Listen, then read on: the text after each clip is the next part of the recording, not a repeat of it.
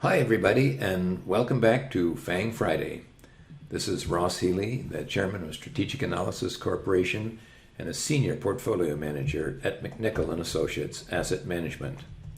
Before we start, I'd like to remind you of a couple of things. First, if you'd like to get these videos every week, simply subscribe to our YouTube channel and like this video so I know you like it. Hit that bell symbol so that you get the notifications the second we post it.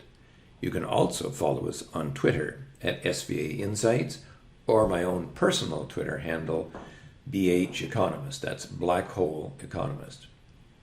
Second, I really do appreciate getting your questions and comments. So if you have any, send me a tweet or comment on the video below.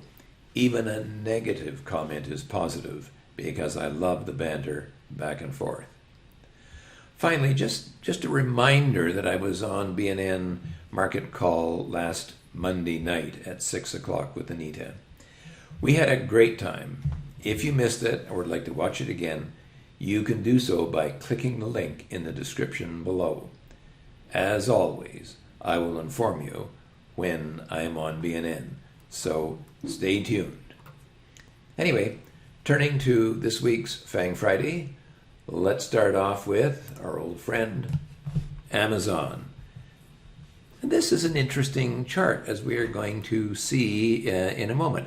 It appears as if Amazon reached its HB3 price, inflected down, and went right back down to its HB2, where it's inflected once again on the upside. Well, what happened in real life? Well, not that, I will tell you that. Because, remember, I had been talking to you about what balance sheet date was actually showing up in Amazon, and I kept telling you that I thought that the numbers were wrong. And it turned out that now that we have the updated numbers, we're right. So, under the old balance sheet, shall we say, the HB3 was 1955 and the HB2 was 1527. But look what happened. With the new balance sheet in, it turned out that there was quite a bit, there was more than 200 points added on to the balance sheet of Amazon, and it turns out that my intuition that the stock may have been reaching its HB3 was correct. It did.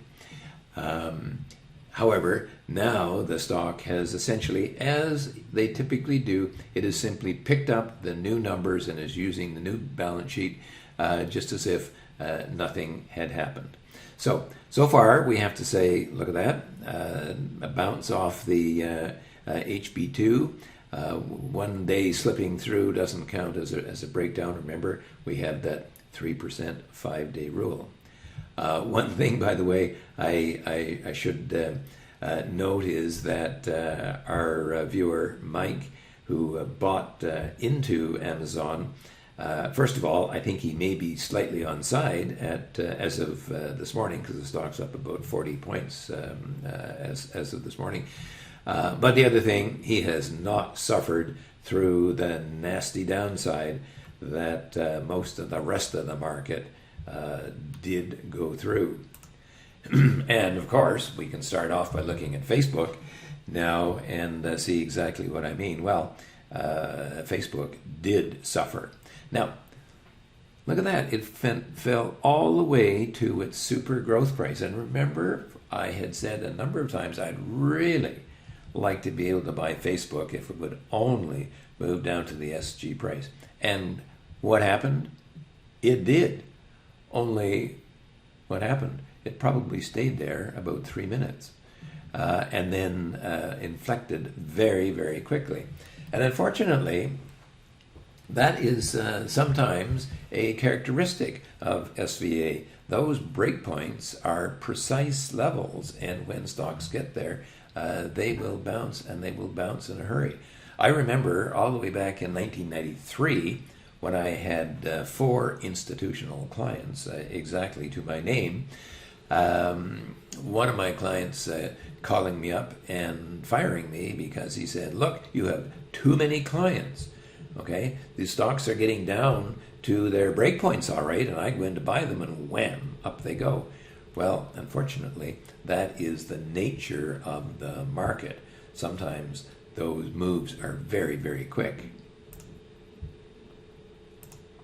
Now, compare that to Alphabet. Now, Alphabet has also met our downside target at its super growth price again, 3.5 times book value. And as I will keep reminding you forever, a very significant and powerful breakpoint. Well, it's kind of hanging around here. So it's really kind of giving us an opportunity to buy the stock down here if we are so inclined. Do remember, however, that buying here makes an assumption that the market itself is turning, and I'm not 100% sure about that yet. Nvidia, well, same thing. It got down to the breakpoint and it's kind of hanging around here. Notice, however, that the price of Nvidia actually not only went through the HB2, but probably in terms of percentage terms, well, it's halfway down to its bubble price. So that was an easy 5% decline before the stock has rebounded up to its HB1. That is 10 times book value. I am inclined to be very cautious about Nvidia because I think the stock still wants to go down to its bubble price where it bottomed way back a year or so ago in late December of 2018.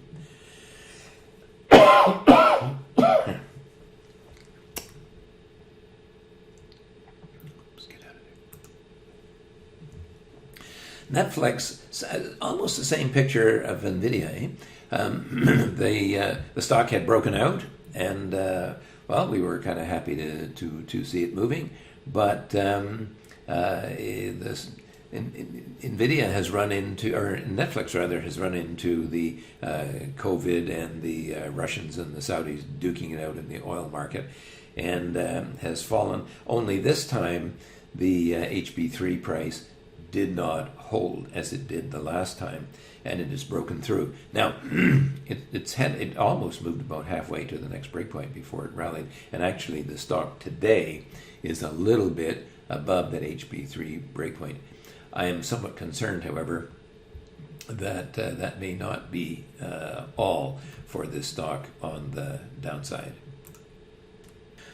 Okay, so that's 4 of the FANG stocks that have actually fallen to breakpoints, as actually, unfortunately, I thought that they would, and are trying now to hold. But one of our favorites that I've been following for some time, Microsoft, it had that beautiful run following the breakout over the HB1.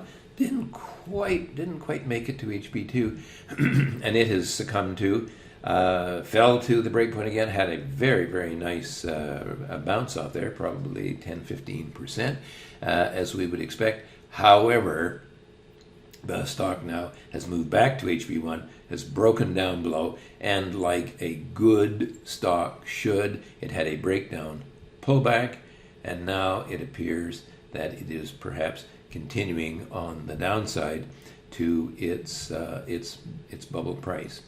And I'm somewhat inclined to think that that may well be the case. And the reason that I say that is because just before I went on with this video cast, I looked at all of the Dow Jones 30 stocks, and almost all of them look like Microsoft. They look as if they've broken support and they're sort of part way down between one breakpoint and another. And of course, those of you who remember what I said about the Standard & Poor's 500 itself, and by the way, as I reiterated on BNN on Monday, the downside target, as far as we can see right now with the data that we have, is about 21.75. So for the time being, That actually fits in with what we see with the Dow stocks and, of course, with Microsoft. Well, that was a look at this week's FANGs. Interesting, Abe. Most of them have had a breakdown, and a lot of them have recovered back to the breakpoint. So now you want to pay particular attention to them. If you want to learn more about our proprietary charting system, which helps you find precise tops and bottoms based on value for all of your stocks, you can visit us at www.strategicanalysis.ca or give me a call at 416-489-3603, extension 133. We find that our best and longest lasting clients are those who consider themselves value investors and want an easy and effective way to track their stocks and see when their stock is overvalued and when it is incredibly cheap. For the time being, I am not going to invite you into our offices at 130 Bloor Street. We are all actually in quarantine at our homes, so we will not be available except by internet. However, just to tell you that because all of our work is highly computer automated and updated, by the way, updated every day for balance sheets and earnings, then I think you can follow us with considerable confidence and know that what you're getting is the latest and most accurate readings on all of the stocks that we follow.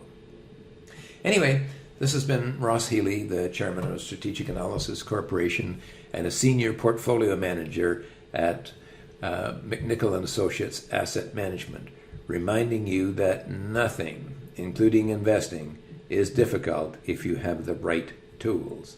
I'll see you next week.